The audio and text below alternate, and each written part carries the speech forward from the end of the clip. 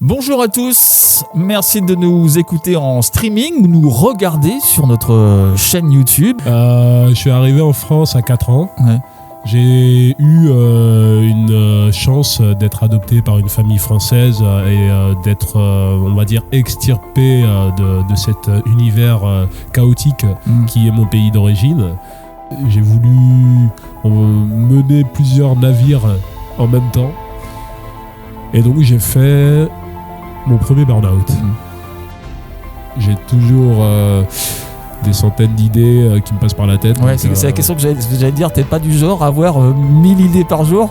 Si. De toutes tes expériences londoniennes, marocaines, madrilènes, choltaises, qu'est-ce que tu retiens de tout ça? La team Digital Echo soutient l'écho des entrepreneurs. Avec Digital Echo, faites de vos messages des podcasts qui résonnent. Donnez de la voix à votre marque. Digital Echo. Vibrez plus fort, résonnez plus loin. Bonjour à tous, merci de nous écouter en streaming ou nous regarder sur notre chaîne YouTube. D'ailleurs, j'en profite pour vous inviter à nous rejoindre, à vous abonner pour ne rien manquer de l'aventure de ce podcast, de ce média qu'est l'écho des entrepreneurs. Alors, pour celles et ceux qui nous découvrent, l'écho des entrepreneurs est un podcast qui souhaite mettre en lumière des parcours inspirants, singuliers, étonnants, détonnant aussi parfois, des tranches de vie. L'entrepreneuriat est multiple, éclectique, varié. C'est ce que l'on souhaite démontrer ici dans ce podcast. Bonjour Jean-Moïse. Bonjour Sébastien. On se tutoie, on se voit? On se tutoie s'il te plaît. Avec grand plaisir, ça m'arrange. J'ai le tutoiement facile. Alors je suis très heureux, on est très heureux de t'accueillir à la table de l'écho des entrepreneurs. Je le disais, c'est un média, c'est un podcast nouveau qui vient d'arriver. On avait envie de découvrir les parcours de certains entrepreneurs. Tu en fais partie. Tu as un parcours singulier. Évidemment, on va y revenir. Ma première question, elle est très simple. Est-ce que tu peux nous remettre dans le contexte ta vie de début, d'où tu viens? Je crois que tu viens pas d'ici, tu viens d'un pays lointain, et après ton parcours aussi professionnel, et puis on prendra le temps de détailler tout ça. Ok, super.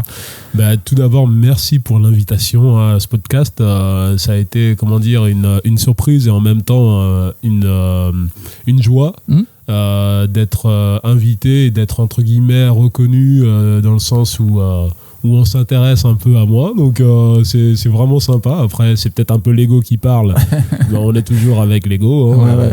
Donc moi, à la base, je viens d'un pays tropical. Voilà, il fait chaud, il fait humide, c'est Haïti. Ça se trouve dans les Caraïbes. Si vous avez tous regardé Pirates des Caraïbes, ça se tourne là-bas. Voilà. Je suis arrivé en France à 4 ans. Ouais. J'ai eu une chance d'être adopté par une famille française et d'être, on va dire, extirpé de cet univers chaotique qui est mon pays d'origine. Et j'ai grandi donc avec tout l'amour, tout le soutien que je pouvais m'attendre de ma famille jusqu'à mes 22 ans, si je me trompe pas, voilà. Ça devait être en 2009-2008 où j'ai commencé à me poser des questions sur mon avenir. Et je me suis dit, mais le salariat, ça me rapportera pas beaucoup de sous, parce qu'on parlons peu, mais parlons bien. C'est important. C'est important dans la vie. Donc, qu'est-ce qui me rapportera l'argent nécessaire pour accomplir, on va dire, mes rêves? L'entrepreneuriat. Et les choses aidant, j'avais une amie qui souhaitait monter une agence de com'. Donc on a commencé à travailler sur ce projet en fin 2008, début 2009. Et pour faire une avance rapide, malheureusement, elle n'a pas pu continuer sur ce projet. Donc moi, j'ai pris la décision de partir et je suis parti en Angleterre. Et de là, j'ai monté ma première entreprise. C'était une conciergerie privée en 2010. Ça a tenu 2 ans. Après 2 ans, j'ai eu un souci de santé, mais on pourra y revenir. Et je suis revenu en France. Là, j'ai vu qu'il y avait une opportunité de lancer une entreprise de livraison d'apéritifs. Il y en avait déjà eu une. Je pense que pour les connaisseurs, vous vous souviendrez certainement, on peut citer des marques. Bien sûr, bah oui, bien on sûr. n'a peur de rien ici. Super. Donc l'entreprise s'appelait Drinkit. Et voilà, elle a fermé ses portes. Et moi, j'ai vu l'opportunité de reprendre derrière. Donc j'ai créé Apéro Daddy, c'était de la livraison à domicile d'apéritifs, d'alcool pour la fête. Ça a duré jusqu'en 2015 où j'ai eu à m'arrêter soudainement parce que je me suis fait une rupture du tendon d'Achille. 2015 jusqu'à 2018, j'ai travaillé, je me suis remis sur pied, etc. Et 2018, je me suis cherché un nouveau challenge. Et là, j'ai commencé un peu à enquêter du côté du digital. Parce qu'en vérité, ça m'a toujours attiré de créer mes propres sites. C'était quelque chose de passionnant. Donc peut-être que je m'étais trompé de voie. Ah oui, parce que j'ai pas fait mon parcours scolaire, mais mon parcours scolaire, c'était une licence en lettres. À la fac, mais avant, donc c'était tout un parcours littéraire aussi au lycée. Intéressant. Ouais. Et donc de 2018, j'ai commencé à enquêter sur ce que je pouvais faire dans le digital. J'ai découvert l'impression à la demande. Et de là, petit à petit, ça a donné naissance à l'entreprise que j'ai montée en 2022. Et qui dans laquelle tu travailles encore. C'est ça, tout à fait. Ok. Moi, je veux juste revenir sur le tout début, quand on part à 4 ans de Mighty. Est-ce qu'on en garde des souvenirs? Est-ce qu'on en garde des cicatrices? Est-ce que c'est quelque chose qui est encore important pour toi, tes racines là-bas? Est-ce que c'est quelque chose que tu gardes encore, qui t'aide ou dans ton expérience entrepreneuriale? Alors, est-ce qu'on en garde des souvenirs? Certains diront que 4 ans, c'est vraiment tôt pour avoir des souvenirs précis. Mais pour moi, j'ai toujours été marqué par la crèche où j'ai dû rester 6 mois avant d'être adopté par ma famille. J'ai toujours le souvenir de la cour où on prenait nos goûters avec les autres enfants. J'ai le souvenir aussi de m'asseoir sur les marches qui donnaient en fait sur le pas de la porte d'entrée de la crèche. Et là, de voir en fait une colonne de militaires passer. En fait, ce qui m'a marqué, c'était le bruit des bottes contre le sol. Après, moi, je connaissais pas vraiment l'état, bien sûr, parce que j'avais 4 ans, je connaissais pas l'état de mon pays. Mais un peu plus tard, j'ai compris qu'en fait, c'était les tontons macoutes. Alors, les tontons macoutes, c'était des paramilitaires lors de la dictature de Papadoc qui faisaient, planer une atmosphère de terreur sur Haïti. Mais j'ai pas été confronté directement à eux, bien sûr. Après, d'autres souvenirs, j'ai aussi le souvenir de mon départ. De dire au revoir à mon meilleur ami et l'aéroport. Surtout l'aéroport, c'était la première fois que j'étais dans un endroit aussi grand avec des grandes baies vitrées, j'avais jamais vu ça. Et les avions aussi qui décollaient, même si on n'est pas un enfant, même si on est un adulte, je pense que ça marque, quoi. Tu l'as jamais retrouvé, ton meilleur ami? Ou t'as essayé de le retrouver ou de faire des recherches? Alors là, si on commence à parler de ce sujet, ça va être difficile. Non, c'est pas que ça va être difficile, c'est que c'est un peu... vous allez juger par vous-même. Mais en 2007, je prends la décision de partir sur Madrid. Et là-bas, je commence à me faire un petit trou, à rencontrer des personnes, etc., à avoir des amis. Et pour l'anniversaire d'un ami italien, avec un autre ami, on décide d'aller lui acheter un cadeau. Pour la petite anecdote, on se trouvait dans le quartier gay de Madrid qui s'appelle Chueca, qui est vibrant, qui est génial. Si vous voulez des cadeaux, etc., pour les amis, c'est l'endroit où aller. Et en fait, eh bien, dans la rue, on a vu un couple, mais vraiment atypique, détonnant dans le paysage. C'était un grand d'1m95 black avec une barbe immense et un bonnet, je me rappelle plus trop de la couleur, mais je pense qu'il était vert kaki, un truc comme ça. Et sa femme, elle avait une afro des plus magnifiques. Et donc, bon, moi j'ai décidé de me dépêcher parce que on était court en temps. Donc je suis parti acheter le cadeau et je suis retourné chez moi. Mais mon ami qui m'avait accompagné a commencé à échanger avec ces deux personnes. Et ces deux personnes lui ont expliqué, l'homme est haïtien et la femme est afro-américaine de Chicago. Bien sûr, c'était un couple. Et ils étaient en road trip autour de l'Europe. Et là, quand il s'appelait Roméo, quand Roméo a dit à mon ami je suis haïtien, mon ami lui a répondu mais il est haïtien aussi, mon pote. Et là, Roméo lui a dit écoute, avant de venir en Europe, eh bien, je suis allé faire un tour en Haïti, voir mon cousin, et je lui ai dit que j'allais en Europe. Et là, mon cousin lui a dit eh bien, écoute, si tu vas en France ou si tu vas en Europe, peut-être que tu rencontreras mon meilleur ami d'enfance, qui s'appelait Lugenson. Et le petit secret, c'est que j'ai deux prénoms, bien sûr. Un prénom d'adoption, Jean-Moïse, et un prénom d'origine, comme vous pouvez vous en douter, Lugenson. Donc là, Clément, mon ami, a été un peu sous le choc. Il a dit mais attendez, c'était Lugenson qui était avec moi. Et il nous a ramenés ensemble. Donc c'était pas mon meilleur ami, hein, c'était son cousin. Ouais. Mais voilà, il nous a ramenés ensemble. Et depuis lors, depuis 2008, on est toujours resté en contact avec Roméo et Maya. Ouais. Chouette, c'est une belle histoire. Ouais. La team Digital Echo soutient l'écho des entrepreneurs. Avec Digital Echo, faites de vos messages des podcasts qui résonnent. Donnez de la voix à votre marque. Digital Echo, vibrez plus fort, résonnez plus loin.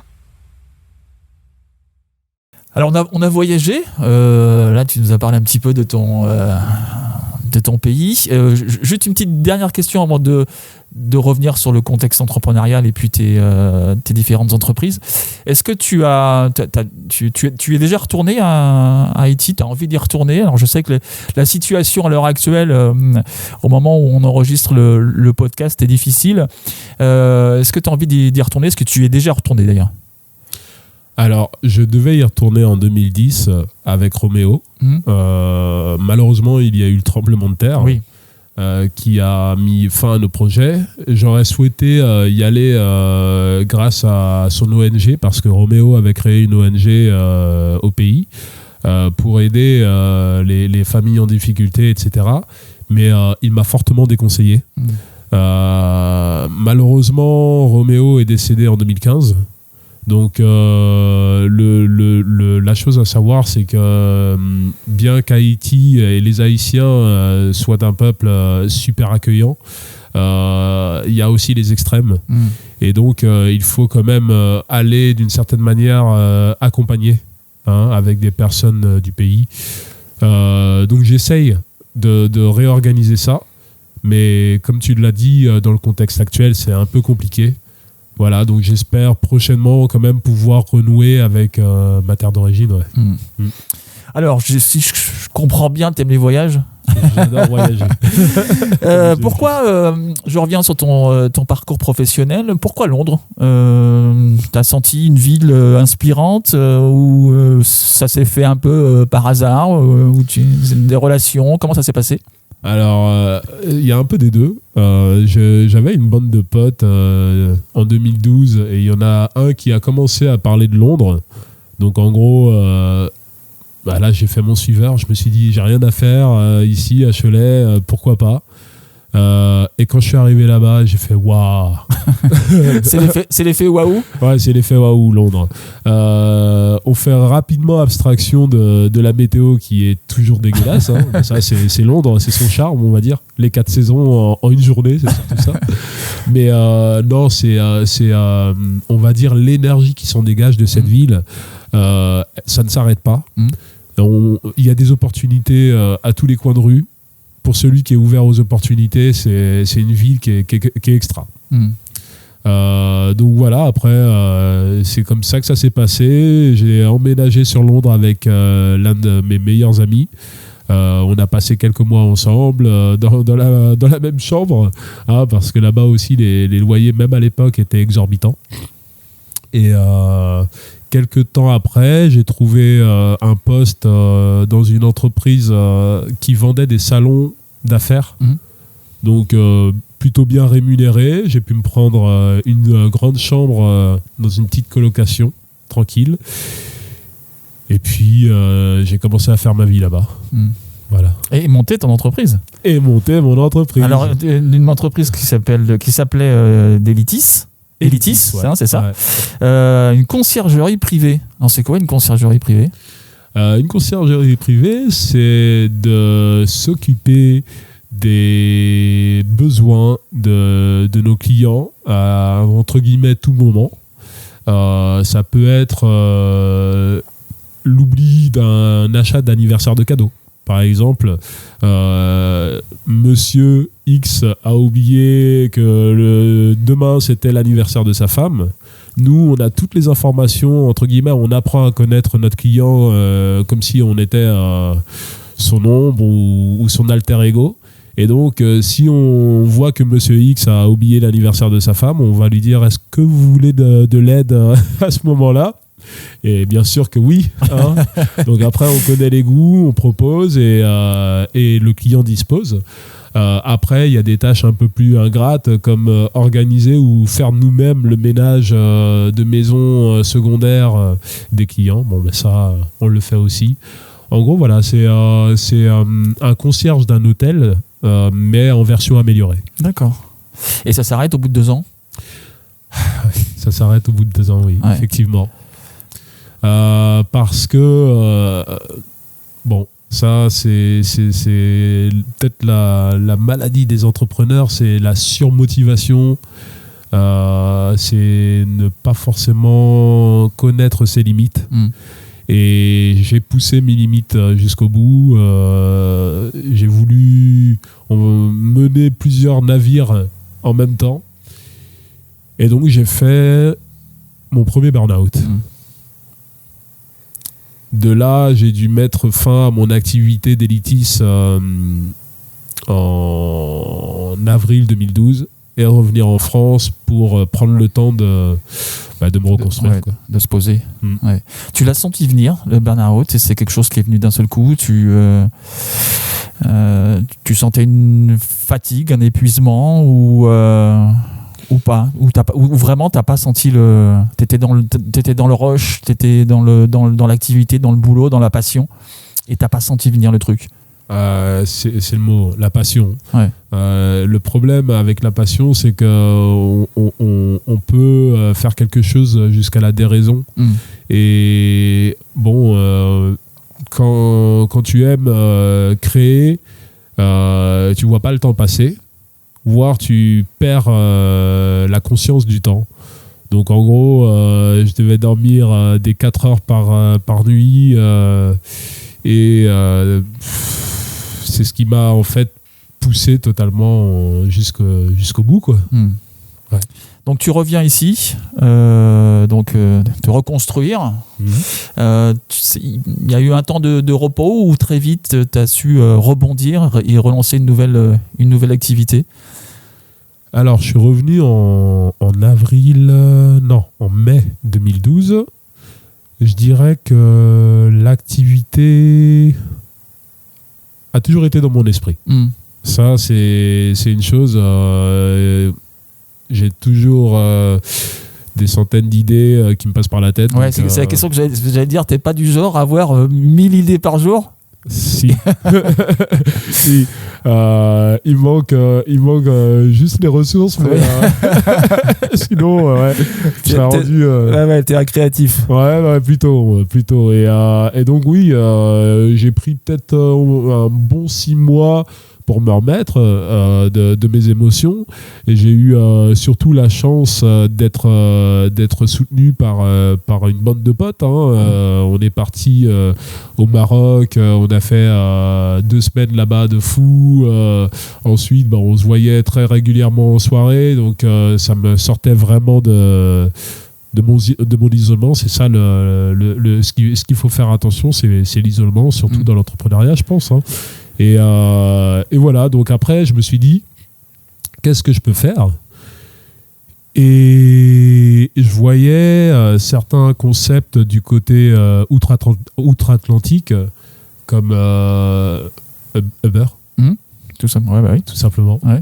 Et je me suis dit, pourquoi pas essayer de faire quelque chose dans cette veine-là. Après, Drinkit, comme je vous en ai parlé, en fait, n'était pas encore fermé, mais j'ai lancé Apéro Cholet pour tester, sans moyens particuliers. J'ai vu que ça commençait à prendre, donc j'en ai parlé à ma famille, et ma famille m'a dit, écoute, on peut t'accompagner dans ta nouvelle aventure. Donc ils m'ont fait un prêt d'honneur.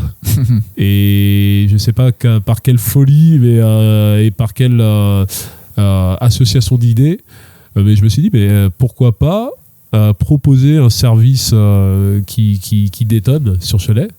Et là, vu que j'étais londonien pendant quelques années, je me suis dit, attends, on est en train de mettre hors circuit les taxis anglais, là, les black cabs. Donc j'ai pris mon téléphone, j'ai appelé un pote, j'ai fait, est-ce que ça te dit de monter sur Londres ? Pour faire quoi ? Pour aller chercher un black cab, quoi. Il m'a dit, t'es fou, mais vas-y, si tu me payes le billet, on y va. Donc t'as acheté un taxi. Voilà, on est allé chercher un taxi, un black cab. Ouais. Vous avez ramené par la route ou ? Par la route. Ouais, par la route. Là aussi, c'est une aventure. Ouais, c'est une aventure enrichissante que je referai pas. Parce que le black cab, en lui, il est génial pour rouler en ville. Il a un rayon de braquage. Là, je pense que je pourrais faire de la publicité pour les black cabs, mais il a un rayon de braquage d'une Smart. Ouais. Il est énorme, c'est vraiment une voiture qui ressemble presque à une Rolls-Royce en termes d'empattement, mais tu peux braquer sur place, tu peux faire du 360. Et donc on a ramené le black cab par la route. On devait avoir une vitesse moyenne de 70 km/h en poussant avec le vent dans le dos et en pente. Et pour la petite anecdote, je me souviendrai toujours quand on est arrivé au pont de Normandie. Ouais. J'ai vu la montée. J'ai fait accroche-toi mon pote parce que je pense que ça va être compliqué. Ouais, là on était à 10 km/h poussif, quoi. Pendant 20 minutes avec le vent qui était plus dans le dos, qui était sur le côté, qui nous balançait. C'était épique, effectivement. Et donc tu as fait tu faisais ton marché avec cette voiture dans Cholet alors. Je faisais un peu tout. Un peu tout, ouais. Un peu tout. Je roulais surtout parce que c'est un plaisir. C'est un veau, mais en vérité, c'est un plaisir de rouler dans une voiture aussi atypique. Je m'étais dit aussi pourquoi pas proposer en fait de ramener les fêtards de soirée chez eux. Ouais. Et en même temps, vu que j'étais en train de monter Apéro Cholet qui est devenu Apéro Daddy, vu que j'étais un peu la cause, pourquoi pas être un peu le remède, quoi. C'est ça, ouais, c'est intéressant ça. Ouais. D'accord. Ça a duré combien de temps Apéro Daddy, enfin, est-ce qu'on doit compter le Apéro Cholet avant ou... Oui. Alors une fourchette, hein. Une fourchette, ouais, ça a duré 5 ans. Ouais, quand même. C'est pas rien. Ouais, 4-5 ans, ouais. Et donc c'est là que tu me disais en début d'émission, en début de podcast, tu t'es fait une déchirure, une blessure. Oui, une rupture du tendon d'Achille. Ouais. Donc opération évidemment. Non, pas d'opération. D'accord. Non. Mais pas possibilité de poursuivre l'activité. C'est ça, tout à fait. Obligé de m'arrêter pour là aussi encore une fois me reconstruire. Ouais. Remise en question encore. Grosse remise en question. Ouais, parce que là, en fait, j'ai été très souvent, j'étais seul dans mes aventures. C'est vrai qu'au début, c'est sympa parce que je peux tout tester, tout réitérer, etc. Mais à la finale, t'es face à toi, dans le miroir, et le reflet, il n'est pas divergent. Il te dit pas ce que tu peux améliorer ou ce que tu as fait de mal. Donc ouais, mon objectif après, ma remise en question, c'était est-ce que je ferais pas une entreprise avec un associé, quoi. Alors on a vu que tu burn-out à Londres, rupture du tendon d'Achille à Cholet. On va voir dans un instant que c'est pas ça qui va t'arrêter. La team Digital Echo soutient l'écho des entrepreneurs. Avec Digital Echo, faites de vos messages des podcasts qui résonnent. Donnez de la voix à votre marque. Digital Echo. Vibrez plus fort. Résonnez plus loin. Alors, on poursuit ton aventure professionnelle. Alors, on fait cette émission ici, mais je pense qu'on pourra te réinviter dans 10 ans si ce podcast existe encore. Je suis sûr que tu auras encore d'autres aventures entrepreneuriales à nous raconter, j'en suis sûr. On s'était arrêté à Apéro Daddy sur Cholet, ta blessure. En sport, au football américain. Tiens, ça pourrait être bien que tu nous parles aussi un petit peu de sport. Je suis sûr aussi que ça te passionne. Et puis d'autres entreprises que tu vas créer. Alors, tu nous l'as dit tout à l'heure, Inspire 3D, l'entreprise actuelle, mais il y en a une autre juste avant, autour des sneakers. Pourquoi ? Comment ? Où ? Avec qui ? Ouais, ok, super. Alors oui, 6ix9ine Sneakers, c'était en gros en 2019. Donc 2018, là encore, avance rapide. Je sens qu'on va y revenir, mais je fais un énième burn. Ouais. J'aime bien faire des dérapages. Et à ce moment-là, je me dis c'est là la remise en question, parce que j'étais prêt à me relancer dans Apéro Daddy. Je voyais toujours le potentiel. J'en parle à un pote, une bonne connaissance, qui me dit mais là t'as 30 ans, je me trompe même. T'en as 32, t'as pas envie de te stabiliser parce que travailler la nuit, t'auras pas vraiment de vie familiale, etc. Et je commence à me dire, il a pas si tort que ça, quoi. Moi, en vérité, c'est pas forcément le contact avec les clients le soir qui me faisait le plus plaisir, mais c'était vraiment tout ce qui était la stratégie derrière l'entreprise. Donc je me dis, qu'est-ce que je pourrais faire pour avoir, on va dire, des horaires un peu plus réguliers, pour pouvoir me permettre une vie plus stable, émotionnellement parlant. Et à ce moment-là, je me dis, le digital, c'est ce qui m'attire. Donc je vais essayer de me lancer dans quelque chose de digital. Bon, j'avais pas fait de formation à proprement parler, comme designer web, etc. Mais j'ai toujours, comme j'aime à le dire, j'ai toujours une passion pour la création, donc le digital, ça en fait partie. Et je cherche, je fouille un peu, et je tombe sur le dropshipping. Alors là, il y en a beaucoup qui en ont entendu parler, en bien ou en mal. Et je voyais un peu le mauvais côté aussi, d'être vu comme un énième arnaqueur, quoi, entre guillemets. Et donc je me dis, qu'est-ce qu'il y a dans le drop qui pourrait être, qui n'est pas encore connu, mais qui pourrait vraiment s'avérer aussi lucratif. Et je tombe sur l'impression à la demande, qu'on appelle aussi POD, ce qui se fait sur les tasses comme ça, là, d'écrire son logo, tout ça, mais d'être derrière, donc d'être le producteur, pas le client. Et là, je discutais aussi avec un ami qui a toujours, il me semble, une société dans les chaussures au Maroc, qu'on est allé voir en 2012 au passage.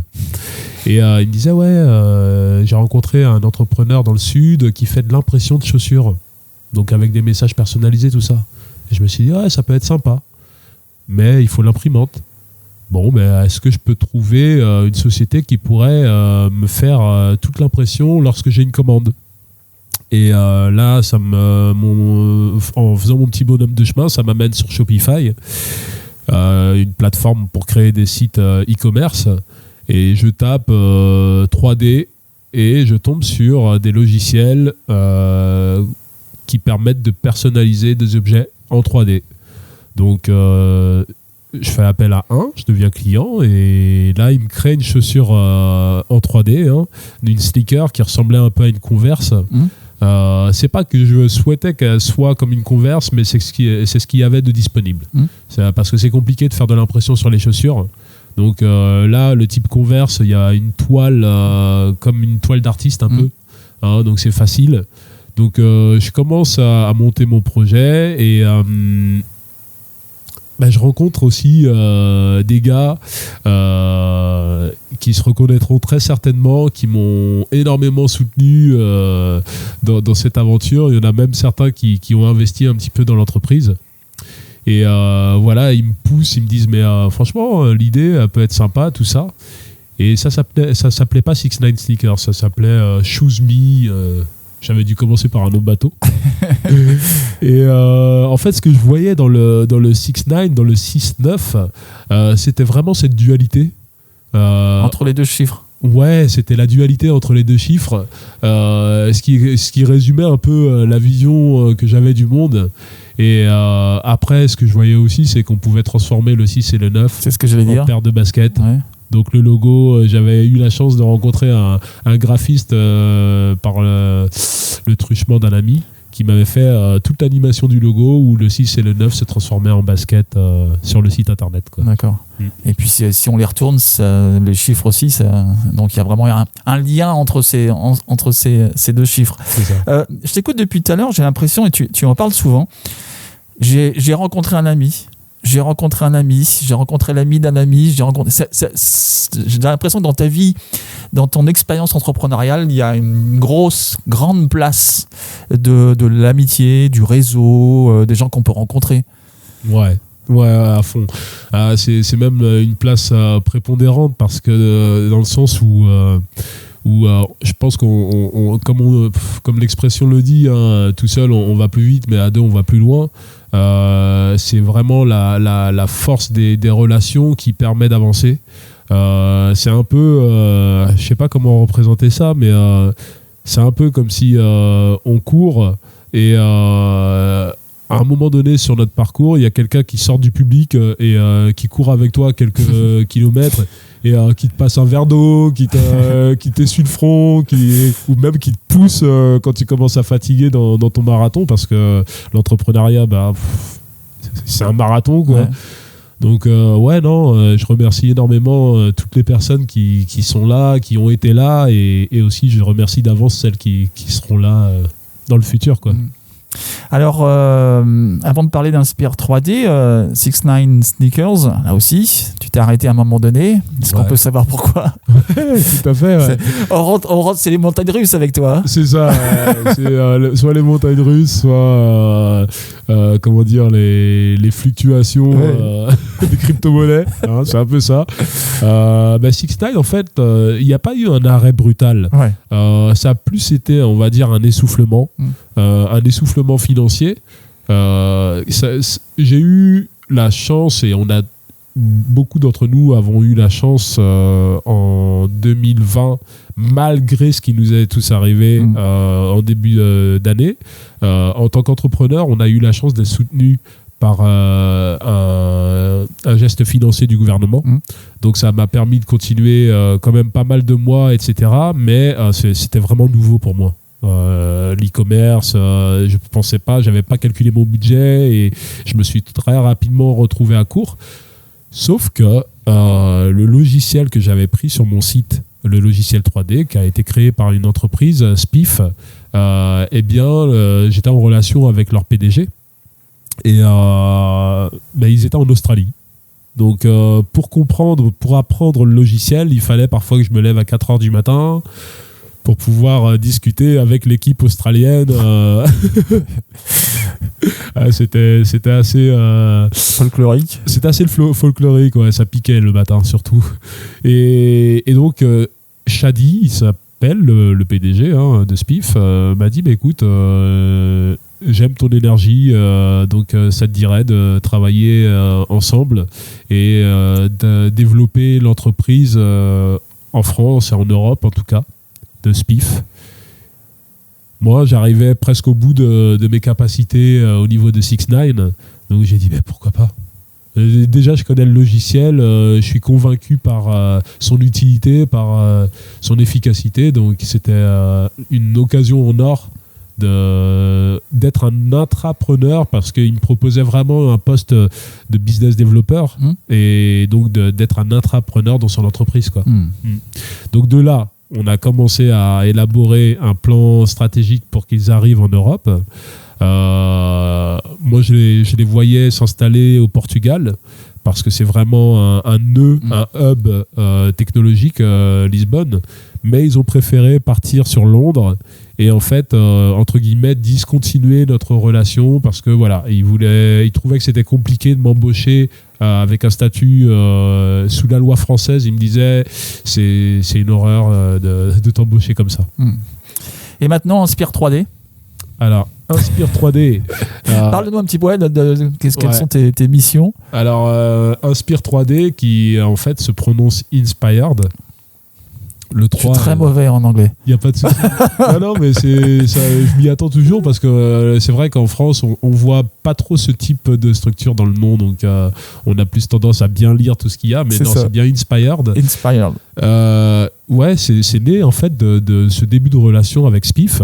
Et au passage, Spiff, si vous le recherchez, c'est SPIFF 3D. D'accord. Ça se prononce Spiff. Et on mettra des liens, des liens dans le podcast. C'est eux qui m'a inspiré le nom parce que j'ai repris en fait leur 3D et la prononciation en ED de Spiff. Donc la mission d'Inspired, c'est d'accompagner les entrepreneurs et les entreprises dans le développement de leur activité grâce aux nouvelles technologies et à un service qu'on appelle le business development. Donc en gros, on met un amplificateur d'entreprise au sein même de l'entreprise de nos clients pour qu'il lui donne toutes les cartes au bon moment pour grandir. Et donc on croit, on suit la croissance de nos entreprises clients sur des mois, voire j'espère des années, parce que c'est le début, mais c'est ça l'idée, quoi. T'es tout seul dans le projet là ? Oh non. Non, bien sûr que c'est pas ton genre. Au début, j'ai commencé avec il devait y avoir 4-5 personnes qui se disaient associées. Là, malheureusement, tout le monde n'est pas fait pour l'entrepreneuriat. Donc, ces personnes-là, il y en a beaucoup qui ont abandonné le navire. L'entreprise d'Extracom, elle s'appelait Extracom à la base, est devenue Inspired. Et Inspired, j'ai démarché d'autres entreprises comme Spiff qui font de la 3D. Les 3 entreprises leaders au niveau mondial. Et là, ils m'ont tous exposé le même problème, c'est qu'ils ont beaucoup de demandes. Donc, ils avaient besoin de techniciens pour mettre en place leur logiciel sur les sites des clients. J'ai choisi de travailler avec l'entreprise italienne Zakeke. Et donc, c'était déjà le premier accompagnement. Ça veut dire que j'étais soutenu par mon point de contact dans l'entreprise partenaire et elle savait que je débutais totalement, que j'avais pas de site, donc il y a vraiment eu un soutien de sa part. Et petit à petit, sur le long du chemin, j'ai rencontré des personnes, mon associé en octobre 2022, qui a ramené Yacine, notre chef de production, en janvier 2023. Et ensuite, il y a eu beaucoup de rencontres, comme d'hab, des allées et venues. Et ces derniers mois là, dédicace à lui, mais Kim Lai, un ami à moi, donc, est devenu, on va dire, un représentant, un porte-parole de l'entreprise. et à ramener aussi un super business developer, MacArthur. Donc non, j'ai une équipe là importante et j'en oublie, excusez-moi pour les autres, mais ouais. T'as pas fini d'entreprendre. J'en suis sûr. On va suivre évidemment tes aventures maintenant avec cette nouvelle boîte. Juste une petite question pour terminer parce que ça passe vite. De toutes tes expériences londoniennes, marocaines, madrilènes, choltaises, qu'est-ce que tu retiens de tout ça? Quel message tu aurais envie de faire passer à celles et ceux, jeunes ou moins jeunes, qui seraient tentés par l'aventure entrepreneuriale? Vaste question. En fait, pour moi, il y a deux choses. C'est que tu as dit l'aventure entrepreneuriale, mais je dirais d'abord l'aventure, tout court.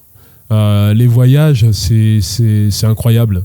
C'est vrai qu'il y a toujours une appréhension parce que c'est l'inconnu. Faut sauter le pas, mais quand tu arrives là-bas, peu importe où tu ailles, même si tu vas voyager à Bordeaux ou tu vas à New York, eh bien, tu rencontreras toujours les bonnes personnes pour un peu que tu sois, comme dirait JCVD, aware. Et ce que j'en ai retenu, c'est ça, c'est en fait, faut pas partir avec des idées prédéfinies, préconçues, comme un chemin que tu te serais tracé avant de voyager. Non, faut entre guillemets y aller à la cool, ouais. Et laisser les expériences venir à toi. Ouais. Ça, c'est ce que je peux conseiller à tout le monde, c'est voyager. Ouais. Ok. Eh bien, un grand merci à toi d'être venu au micro de l'écho des entrepreneurs. Sans nul doute qu'on va continuer à suivre un petit peu ton parcours. Donne-nous des nouvelles de temps en temps. Avec plaisir, Sébastien, mais grand merci à vous tous, là, à toute l'équipe, à toi, pour ce temps partagé, et ce sera avec plaisir. Ouais, chouette. Un grand merci aussi à ceux qui font aussi le podcast, Sabrina, Hassen, Thomas, Hugues, toute l'équipe qui entoure ce podcast.